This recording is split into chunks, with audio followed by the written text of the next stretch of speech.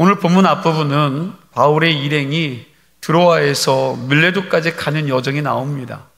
그리고 본문의 뒷부분에는 바울이 밀레도에 도착해서 에베소 교회 리더들, 장로들을 초청해서 고별 설교를 하는 내용이 나오고 있습니다. 밀레도로 가는 여정과 밀레도에서 한 설교를 살피기 전에 그동안 우리가 함께 나눈 3차 선교에 대해서 잠시 점검해 보도록 하겠습니다. 바울의 3차 선교 여행의 첫 선교지는 여러분 에베소입니다. 바울은 에베소에서 몇 년 동안요? 3년 동안 있었으면서 여러분 거기서 큰 부흥을 맛보았습니다. 에베소 선교가 안정되고 난 다음에 바울은 2차 선교 여행을 위해서 마게도냐와 그리고 아가야를 돌아보고 예루살렘을 거쳐서 로마까지 가려고 계획을 했었지요. 바울이 계획한 대로 마게도냐 지역에서 세운 교회인 빌립보와 데살로니가와 베레아 교회를 돌아보고 아가야, 지난주에 함께 나오는 헬라에 있는 고린도까지 갔다가 겨울을 나느라 고린도에서 몇 달이요? 3달 동안 머물렀습니다. 근데 바로 그때 3달 동안 머무르는 동안 여러분 무슨 성경이 쓰여졌습니까? 로마서가 쓰여졌죠. 이렇게 고린도에서 3달을 지낸 후에 예루살렘에 있는 수리아 지역으로 가려고 했는데 유대인들이 바울을 해치려고 작당을 했다는 이야기를 듣고 여러분 경로가 바뀌죠. 고린도에서 왔었던 길로 다시 돌아가 마게도냐를 거쳐서 우여곡절 가운데 어디래요? 예루살렘으로 올라갔습니다. 바울이 예루살렘으로 가고자 했던 것은 예루살렘 교회가 기근으로 인해서 어려움을 겪고 있었기 때문입니다. 예루살렘 교회가 어려움을 겪고 약해지자 여러 교회들이요 구제 헌금을 모아서 그 헌금을 가지고 가려고 한 것입니다. 지난번에 각 지역의 대표 7명이 여러분 7명이 바울이 예루살렘으로 돌아가는 길에 함께 뭉쳤다라고 했는데 이 사람들이 각 지역에서 예루살렘 교회를 돕기 위해서 헌금한 구제 헌금을 받아서 전달하려고 모인 사람들입니다. 고린도에서 바울이 이 사람들과 같이 출발했고 그리고 빌립보에서는 누가의 일행이 출발을 했는데 이 사람들이 다 어디로 몰렸어요? 드로아로 만나 합류를 했습니다. 이 사람들이 드로아에서 일주일간 머물렀는데 드로아를 떠나기 전날 밤에 어떤 사건이 있었습니까? 유두고의 사건이 있었던 겁니다. 여기까지 우리가 그동안 살필 내용이고요. 오늘 본문은 그 다음에 일어난 일들입니다. 이제 바울의 선교팀이 드로아를 떠나는데 이때 바울만 따로 가는 모습을 오늘 말씀을 통해 깨닫게 되지요. 우리 13절 말씀을 함께 읽도록 하겠습니다. 우리는 앞서 배를 타고 아스에서 바울을 태우려고 그리로 가니 이는 바울이 걸어서 가고자 하여 그렇게 정하여 준 것이라. 자, 여기서 우리는 이라고 표현하고 있죠. 우리는, 이것은 사도행전의 저자인 누가와 4절에서 말씀하고 있는 각 지역의 대표들 7명을 말하는 겁니다. 이 사람들과 누가는 드로아에서 아소까지 뭘 타고 가요? 배를 타고 갔는데 그러나 바울은요 걸어서 간 겁니다. 바울은 드로아에서 아소까지 갈 때 나는 걸어서 갈 테니까 당신들은 배를 타고 먼저 가라고 한 겁니다. 아소로 가는 길이 육지는 직진거리이고요. 여러분 뱃길은 반도처럼 생겨서 여러분 삥 돌아가는 것입니다. 어쩌면 걸어가나 배 타고 가나 별 차이가 없을지도 모르겠습니다. 여러분 지도를 보면 드로아에서 아소 빨갛게 동그라미 쳐 있는데 이렇게 저렇게 직선 거리로 가는 것하고 배를 타고 여러분 돌아가는 거하고 어쩌면 별 차이가 없을지도 모릅니다. 왜?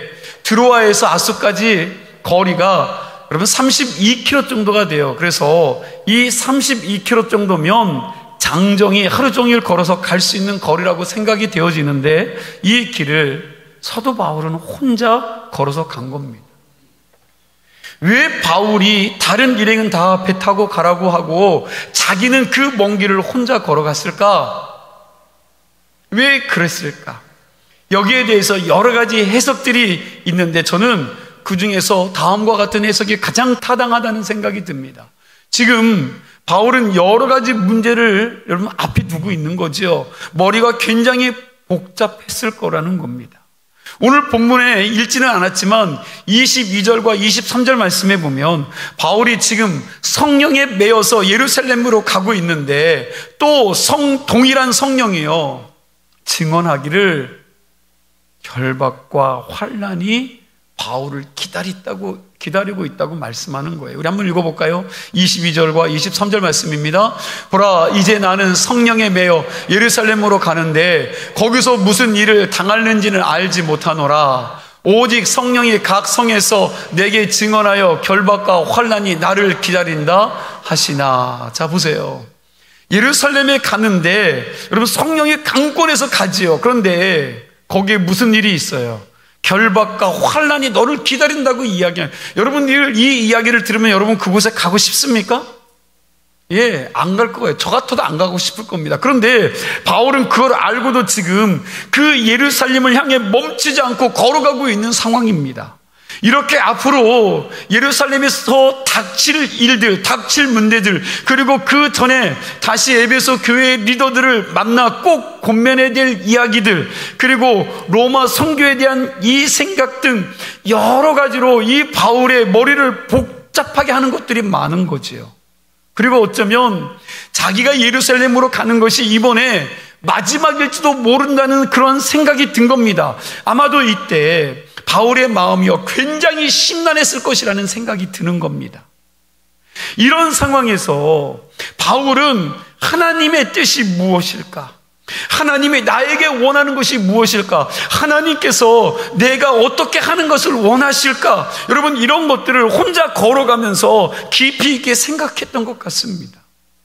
지난 23년에 저희 교회에서 저에게 튀르키 성지순례를 보내주셔서 바울이 걸었던 이 길을 저도 잠시 바울의 심정을 가지고 걸어봤던 일들이 생각이 났습니다. 바울이 어떤 심정으로 이 길을 걸었을까? 예전에도 사도 바울은 다메섹 도상에서 예수님을 만나고 난 다음에 아라비아 광야에서 몇 년 동안요? 3년 동안 하나님과 깊은 독대의 시간을 가졌었습니다. 그리고서 그가 사역을 시작한 거지요. 그러나 지금은 옛날처럼 시간이 남아서 하나님과 길게 독대할 시간적 여유가 있는 것이 아니에요. 독대하고 싶지만 여러분 얼마나 바쁩니까? 버려놓은 일도 많고 수습할 일들도 많았습니다. 그래서 사도 바울은 이 32km를 걸어가면서 혼자 걸어가면서 뭘 하는 거예요? 혼자 걸어가면서 자기 속에 있는 이 복잡한 생각들, 여러 가지 생각들을 하나님께 털어놓고 그리고 하나님이 주시는 깨달음을 통해서 여러분 자기의 생각을 정리하는 겁니다. 쉽게 얘기하면 32km의 길을 걸어가면서 영적으로 하나님과의 재충전의 시간을 가졌다는 거예요. 우리는 각자 인생 앞에 닥친 문제들을 놓고 하나님 앞에서 1대1로 깊이 묻고 또 묻는 그 시간들이 필요한 것 같습니다. 그게 목사의 생각으로는 좀 새벽 기도가 되면 좋겠는데 혹 여러분 그 시간이 정말 어려우시면 아침이나 오후나 또는 저녁에 교회에 오시거나 혹은 집에서 그것도 안 되면 여러분들이 직장을 오고 가는 그 길을 혼자 걸어가면서 하나님에게 나에게 닥친 많은 일들에 대해서 묻고 또 묻어 여러분 답을 얻는 시간을 가질 수 있는 성도들이 되시길 바랍니다. 우리는 사람을 앞에 놓고는 여러분 1시간씩 어느 때는 여러분 사람들과 서너 시간씩 말하고 묻고 이야기하는데 하나님 앞에서 하나님께 묻고 그분의 대답을 듣고 하는 시간이 참 부족하지 않나라는 생각을 해봐요. 여러분 차 한잔 마실 때 얼마나 많은 시간을 그 사람들과 이야기를 합니까? 얼마나 많은 대화가 오고 가십니까? 그런데 여러분 얼마나 하나님 앞에 기도하며 간구하며 하나님과 대화를 하고 계십니까? 일부러라도 좀 이런 시간을 가지며 나 자신의 모습을 좀 돌아보시기 바랍니다. 그런 시간을 만들어서 내 자신의 모습을 깊이 깊이 들여다보고 여러 가지 생각들을 정리하기도 하면서 내가 하나님 앞에 내 남은 인생을 어떻게 살아야 되는가를 좀 깊이 있게 생각해 볼 수 있는 삶들이 되길 간절히 소망합니다. 하나님 앞에서 이런 성찰의 시간을 갖는다는 것은요, 참으로 복되고 귀한 것 같습니다. 이런 시간을 못 가지고 바쁘게 사시는 분들은 주일 이 1시간 드려지는 이 예배 자리에 와서라도 이걸 좀 한번 생각해 보세요. 여러분, 예배가 뭡니까? 예배가 뭐예요? 물론 예배는 궁극적으로 하나님께 드리는 것입니다. 그러나 그 하나님 앞에 예배드려 나와서 일주일 동안 내가 살아왔던 삶을 좀 돌아보고, 그리고 하나님이 내 삶 속에서 지금 나에게 원하시는 것이 무엇인가를 좀 묻고, 예배를 통해서, 말씀을 통해서, 찬양을 통해서, 그리고 내가 내 하나님 앞에 내 삶을 드림을 통해서 우리의 자신의 모습을 좀 하나님 앞에 깊이 성찰하시고 반성해보고, 그리고 앞으로 어떻게 내가 이 삶들, 남은 인생들을 걸어갈 것인지 하나님 앞에 조명받는 시간이 될 수 있기를 소망합니다. 사도 바울이 드로아에서 아소까지 32km의 거리를 혼자 걸어가면서 자기를 돌아보고 자기의 사명을 다시 한번 다짐하고 있는 겁니다. 이제 아소에 도착해서 일행을 만났습니다. 그리고 다 같이 배를 타고 어디로 가요? 밀레도까지 갑니다. 그런데 이때 여러분, 밀레도로 가는 분위기가 좀 달라요. 드로아에서 아소까지는 그래도 여러분 느긋하게 생각할 시간도 있고 좀 뭔가를 자기 인생들을 돌아볼 수 있는 그런 시간을 가지고 느긋하게 왔는데, 아소에서 밀레도까지 가는 것을 보니까 아주 급합니다. 배를 타고 가는 모습을 보니까 여러분 바쁘게 서두르죠. 14절에서 16절 말씀 우리 한 목소리로 함께 읽습니다.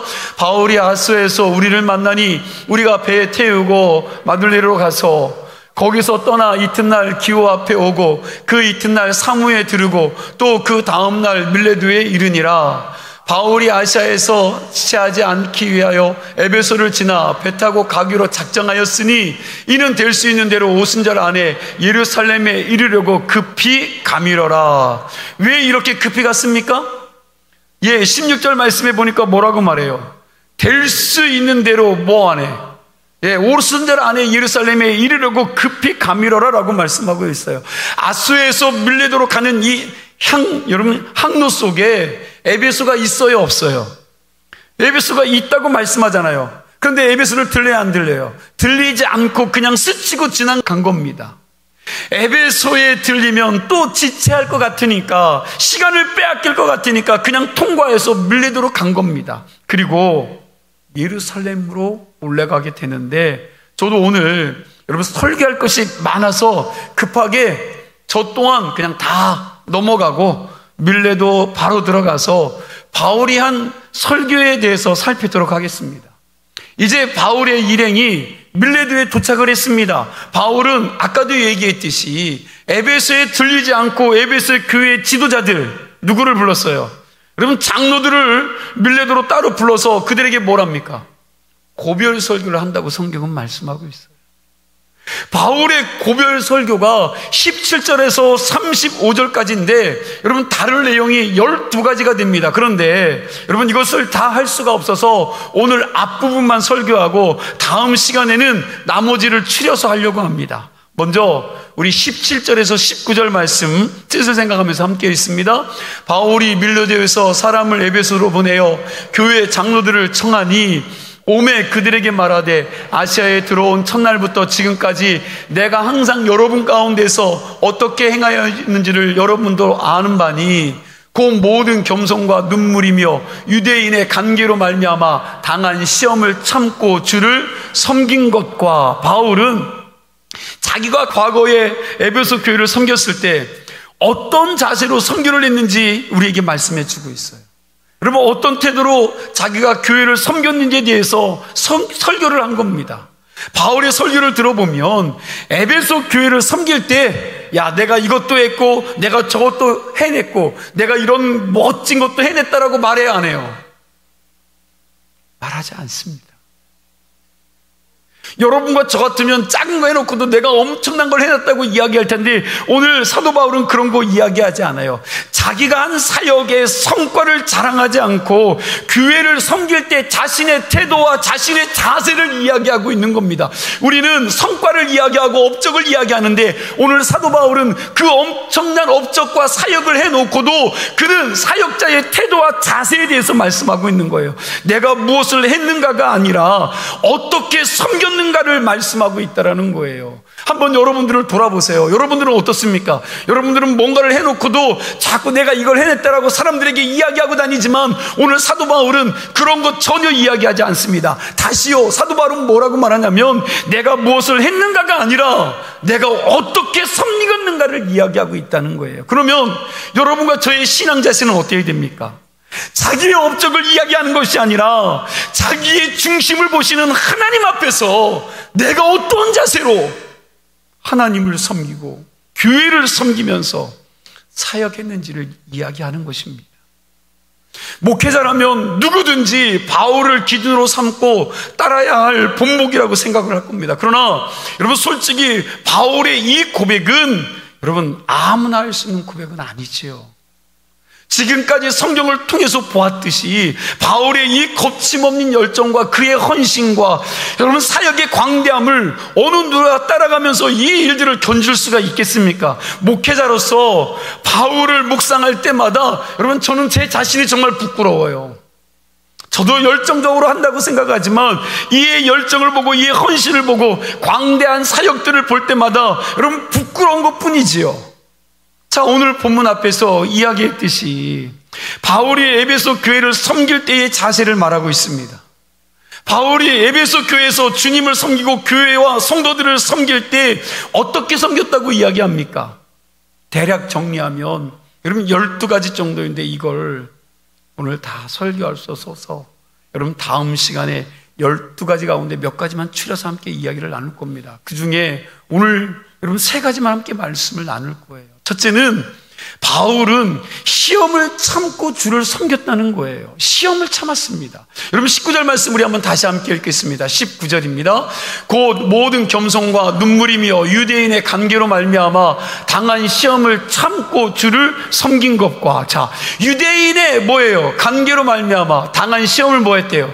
참고 주를 섬겼다는 거예요. 사도 바울의 섬김의 여러분 첫 번째 특징은 시험을 잘 참고 주를 섬기는 인내입니다. 바울 아주 잘 참는 사람입니다. 바울은 유대인의 끊임없는 간교한 계책에 대해서 오래 참았습니다. 우리가 그동안 바울의 선교지를 계속해서 살펴보았는데 디아스포라 유대인들이 여러분 이 유대인들이 아주 교묘한 방법으로 이 바울을 괴롭히고 핍박을 했습니다. 어떤 일들입니까?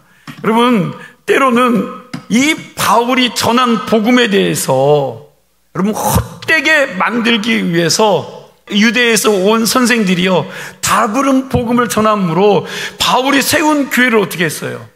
여러분 자꾸 흔들어 놓았습니다.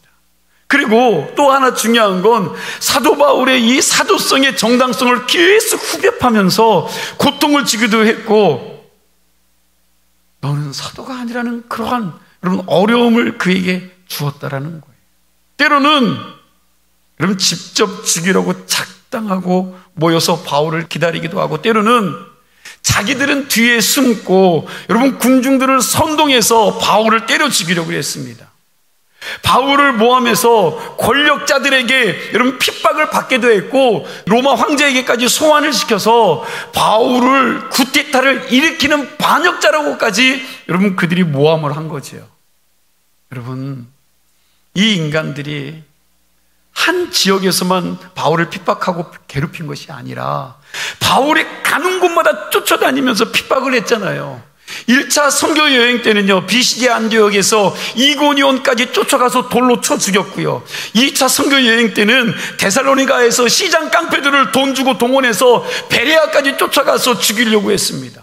그런데도 바울은 여기에서 여러분 여기에서 당하면 또 저리로 도망가고 그 도망간 곳에서 또 뭐 했어요? 복음을 전했습니다. 그 그 악한 세력들을 대적해서 한 번도 싸운 적이 없습니다. 그렇게 핍박을 당하면서도 자기 민족을 포기하지 않고 끝까지 참고 선교를 했는데 이게 얼마나 힘들었겠습니까? 생각해 보세요. 정말 힘들게 선교를 했습니다. 한 시간도 여러분 편안하게 이 일들을 감당한 적이 없어요. 바울이요, 이때 얼마나 힘들었으면 고린도 교회에 보낸 편지에 보면 이런 말을 했습니다. 고린도전서 11장 23절에서 28절까지 말씀을 우리 뜻을 생각하면서 함께 있습니다. 그들이 그리스도의 일꾼이냐 정신없는 말을 하거니와 나온 더욱 그러하도다. 내가 수고를 넘치도록 하고 옥에 갇히기도 더 많이 하고 매도 수없이 맞고 여러 번 죽을 뻔하였으니 유대인들에게 40에 하나 감한 매를 5번 맞았으며 3번 태장으로 맞고 1번 돌로 맞고 3번 파선하고 일주야로 깊은 바다에서 지냈으며 여러 번 여행하면서 강의 위험과 강도의 위험과 동족의 위험과 이방인의 위험과 신의 위험과 광야의 위험과 바다의 위험과 거짓 형제 중의 위험을 당하고 또 수고하며 애쓰고 여러 번 자지 못하고 줄이며 목마르고 여러 번 굶고 추고 허벗었노라. 이 외의 일은 고사하고 아직도 날마다 내 속에 눌리는 일이 있으니 곧 모든 교회를 위하여 염려하는 것이라. 아멘. 사도 바울의 성금의 가장 큰 특징, 여러분 이 특징은 시험을 참고 주를 섬기는 인내였습니다. 저같이 참을성 없는 사람은요, 바울이 당한 그 고난의 10분의 1만 당했어도 저는 포기했을 것 같아요. 그러나 바울은 자기 동족에게 여러 가지 고난을 당하면서도 다 참고 이겨낸 사람인 줄로 믿으시기 바랍니다. 그러니까 바울은 하나님과 교회와 교인들을 섬기면서 참고 또 참으면서 여기까지 온 거예요. 그냥 그가 온 것이 아닙니다.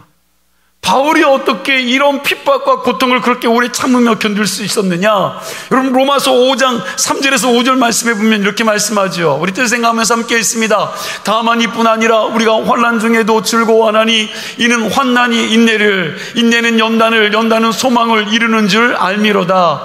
소망이 우리를 부끄럽게 하지 아니함은 우리에게 주신 성령으로 말미암아 하나님의 사랑이 우리의 마음에 부은 바 됨이니. 자, 뭐래요? 바울이 이렇게 오래 참고 견딜 수 있었던 것은 성령으로 말미암아 하나님의 사랑이 그 마음에 뭐예요? 예, 부음받았다라는 겁니다. 이런 은혜가 오늘 여러분과 저에게도 임하여지기를 원합니다. 여러분과 제 속에도 하나님의 성령이 여러분과 저에게 하나님의 마음, 사랑의 마음을 부어주셔서 우리에게 충만함으로 인내하며 이길 수 있는 은혜가 오늘 여러분과 저에게 있기를 간절히 소망합니다. 힘들겠지만 하나님께 기도하면서 바울이 주님의 사랑으로 정말 오래 참았던 것처럼 이런 은혜가 오늘 여러분과 저에게도 임하기를 축원합니다. 그러나 사실 여러분 참고 산다는 것이 쉬워요? 쉽지 않습니다. 저 같은 경우도 기질적으로요 잘 참지 못하는 사람인데 어른들 앞에 죄송하지만 조금 나이 들은 것 같아요. 그나마 조금 예전보다 욱하는 것이 조금 덜해졌는데 죄송하지만 아직 멀었지요. 사실 너무 멀었습니다. 옆에서 자존심 상하는 말하면, 그리고 누가 상처를 주는 말을 하면 여러분 이 속에서부터 갑자기 분노가 그냥 확 올라오는 겁니다. 그런데 참 참는 게 쉽지 않은데, 참 어려운데 여러분 그래도 여러분 설교하는 것이 쉬운 것 같아요. 일상생활에서 참고 사는 거 여러분 너무나도 어려운 것 같습니다. 그런데 우리가 그래도 참을 수 있는 이유가 있어요. 그 이유는 예수님의 십자가의 사랑 때문인 줄로 믿습니다. 예수님이 나의 죄값을 치르기 위해서 십자가에서 엄청난 수모와 고통을 당하시며 죽으셨던 그 장면들이 생각나면 여러분 그래도 뭐예요? 참을 수 있지 않습니까? 그거 아닌데 막 이렇게 올라오다가도 여러분 십자가 생각하면 참아지는 겁니다. 사실 우리는 그동안 내 자존심과 고집을 앞세우며 살아왔습니다. 그래서 여러분 공동체에 분란을 일으킨 적이 얼마나 많은지 알 수 없어요. 그렇지만 오늘 이 시간부터 여러분 그동안 참지 못하고 살았던 잘못들을 예수님 생각하면서 그 십자가 생각하면서 그 십자가 앞에 모든 것 내려놓고 이제부터는 인내하며 살겠다고 다짐할 수 있는 성도들이 되시길 간절히 소망합니다. 바울을 흉내라도 좀 내면서 살겠다라는 여러분 그런 생각을 가지고 이제부터는 우리도 끝까지 인내함으로 시험을 참고 주를 섬기는 자들이 되시기를 바랍니다. 무슨 일이든지 인내하며 시험을 견디며 주님 섬기고 하나님 붙여진 사람들을 섬기겠다고 결단하실 수 있는 시간이 되기를 축원합니다. 바울의 섬김의 두 번째 특징은요, 겸손이요. 겸손. 19절 말씀에 보면 모든 겸손으로 섬겼다고 말합니다. 19절 말씀 순서를 좀 바꿔서 설교했는데 바울은 인내와 참음으로 교회를 섬겼고요. 그리고 겸손과 눈물로 교회와 성도들을 섬겼습니다. 우리가 교회와 하나님의 사람들을 섬길 때 겸손한 마음으로 섬기지 않으면 여러분 이 교만이라는 놈이 언젠가 나도 모르게 턱 튀어나와요. 여러분, 겸손의 반대말이 뭐죠? 교만이죠. 교만이 뭡니까? 교만은 내가 여러분 내가 그리고 늘 무슨 일마다 나 하면서 자기가 최고여야 합니다. 너희들 내가 누군지나 알아? 니들이 나 함부로 대할 사람 아니야. 야, 내가 누구인 줄 모르면서 나한테 이렇게 함부로 한다고? 이게 교만이에요, 이게. 그런데 겸손한 사람은 뭐라고 고백하느냐? 나 같은 사람이 뭐라고요? 나 같은 사람이 뭐라고? 하나님 쓰시겠다면 그렇게 해야지요. 여러분, 이런 마음이에요. 이런 마음으로 우리가 예수를 믿고 섬겨야 된다는 겁니다. 바울은 모든 겸손으로 에베소 교회를 섬겼습니다. 바울은 하나님과 하나님의 백성들을 겸손으로 섬겼습니다. 자기 지식을 자랑한 적이 없습니다. 자기의 스펙을 내세운 적이 없습니다. 심지어 자기의 사도권을 내세워서 교인들에게 뭘 필요한 것들을 요구한 적이 없어요. 어느 나사 빠진 부흥사처럼 주의 종 섬기지 않으면 복받지 못한다라고 외치지도 않았습니다. 교회를 자기의 생각과 자기의 뜻대로 다스리려고 하지도 않았습니다. 정말 겸손하게 교회를 섬긴 줄로 믿으시기 바랍니다. 여러분, 우리가 왜 겸손해야 합니까? 우리가 왜 겸손해야 될까요? 답은 너무나도 간단합니다. 우리가 섬기는 예수님이 겸손한 분이기 때문에 그래요. 나의 마음은 온유하고 겸손하니 나의 멍에를 메고 뭐래요? 내게 배우라고 말씀하시잖아요. 예수님이 우리에게 당신의 겸손을 배우라고 말씀하셨습니다. 그렇게 겸손한 사람이 마음의 쉼을 얻는다라고 말씀하고 있어요. 여러분, 교만한 사람의 마음에 평안이 없어요. 왜? 자꾸 다른 것들을 생각해내고 어떻게든 힘들게 어떻게든 자기 뜻을 관찰하고 자기의 생각을 관찰해야 되기 때문에 여러분, 교만한 사람은 그 마음에 평안이 없어요. 그러나 겸손한 사람은 단순합니다. 어떻게 하면 하나 되게 할까? 어떻게 하면 하나님의 영광 받으실까? 어떻게 하면 주의 뜻이 내 삶을 통해서 이루어질까? 그러니 여러분, 그 마음은 항상 편안한 겁니다. 여러분, 교회가 왜 평안이 없는지 아십니까? 여러분, 왜 교회가 편안하지 않는지 아세요? 여러분, 시끄러운 교회의 특징이 뭔지 아십니까? 여러분, 시끄러운 교회의 특징은 교만한 사람이 많다는 거예요. 겸손한 사람이 많지 않은 교회는 시끄럽습니다. 사람이 교만하면 자기 생각이 옳다고 주장하고 여러분, 자기가 늘 맞다고 자기만 주장합니다. 그러다 보니 교회가 시끄러운 겁니다.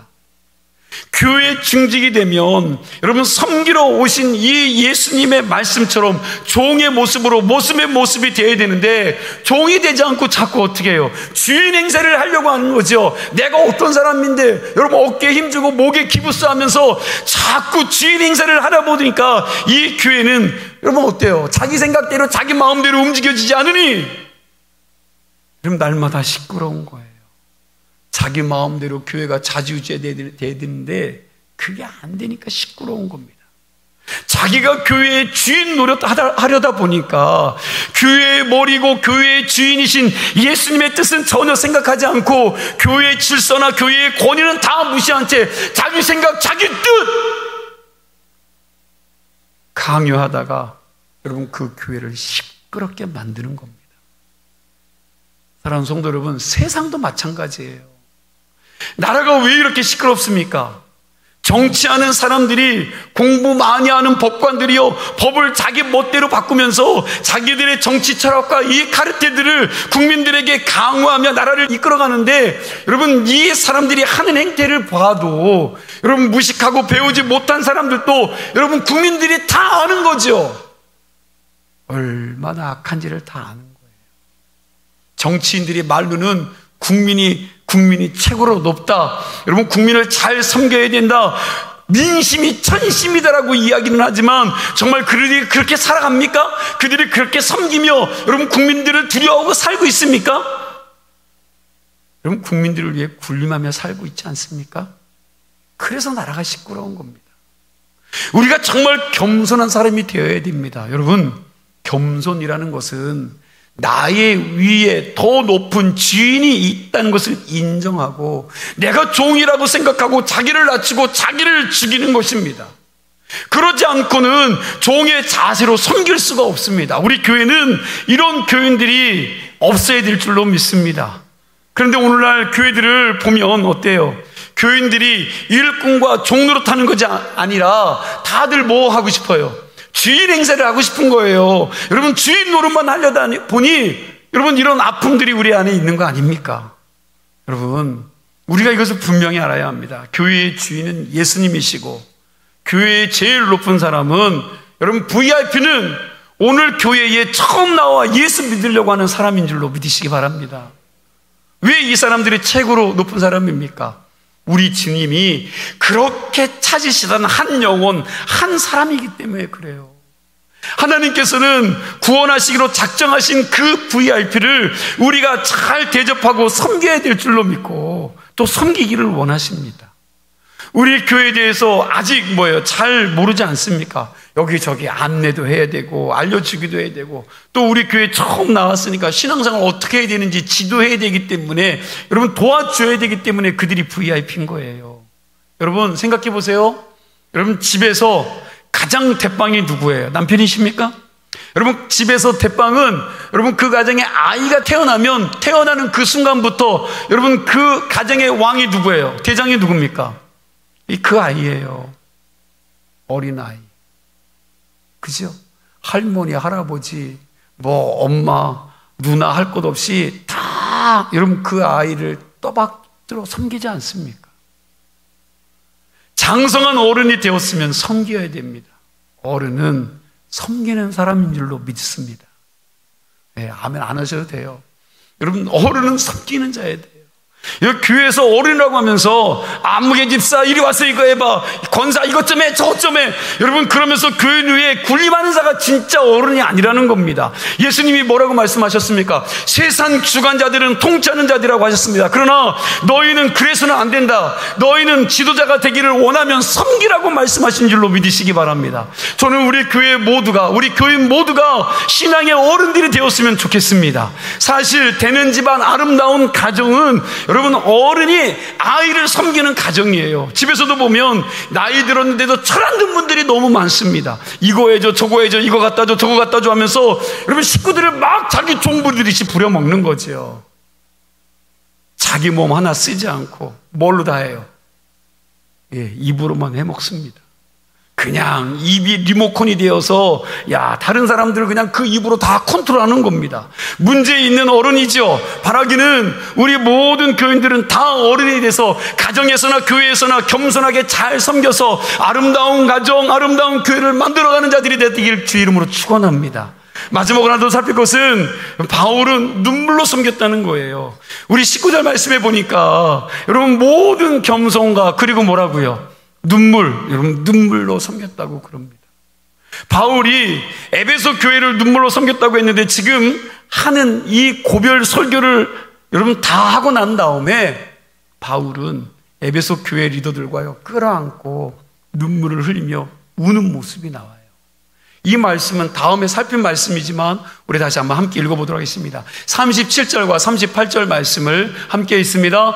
다 크게 울며 바울의 목을 안고 입을 맞추고 다시 그 얼굴을 보지 못하리라 한 말로 말미암아 더욱 근심하고 배에게까지 그를 전송하니라. 아멘. 여러분 무슨 말씀입니까? 말씀을 보면서 야, 참 이런 교회가 되었으면 좋겠다. 참 아름다운 모습이다. 이 사람들과 헤어지면서 서로 목을 끌어하며 입을 맞추며 운 겁니다. 여러분, 바울이 에베소 교회를 눈물로 섬겼다고 하니까 그러면 어떤 생각이 듭니까? 바울이 에베소에서 고생을 참 많이 했다는 생각이 드나요? 아니요. 바울은 에베소에서 가장 행복한 사역을 한 줄로 믿으시기 바랍니다. 바울이 제일 많이 고생한 여러분 사역지는 고린도예요. 고린도 교회의 상황은 여러분 제가 말씀을 보아도 머리가 아파요. 고린도 교회 정말 요상한 교회입니다.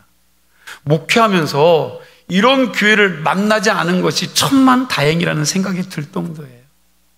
지난번에 얘기했듯이 바울은 고린도에 들어갈 때 여러분 그의 모든 것들이 번아웃된 상태에서 그 고린도를 들어갔어요. 정말 많은 고생을 했습니다.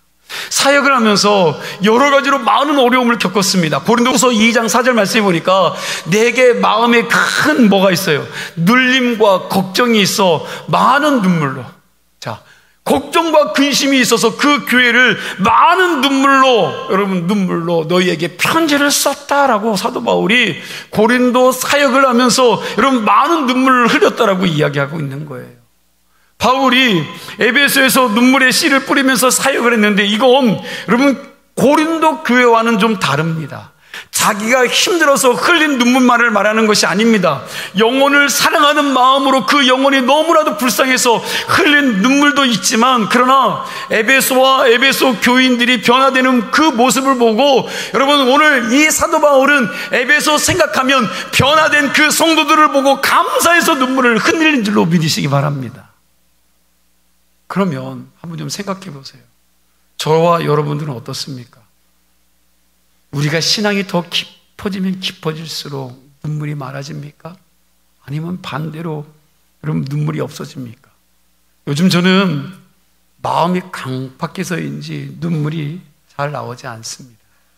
제 영성에 무슨 문제가 생겼는지 눈물이 줄고 여러분 갈수록 마음이 좁아지는 것 같아 참 문제입니다. 그래서 오늘 이 본문 말씀 이 설교를 준비하면서 제가 주님께 기도해요. 주님, 제 마음을 회복시켜달라고 기도를 했습니다.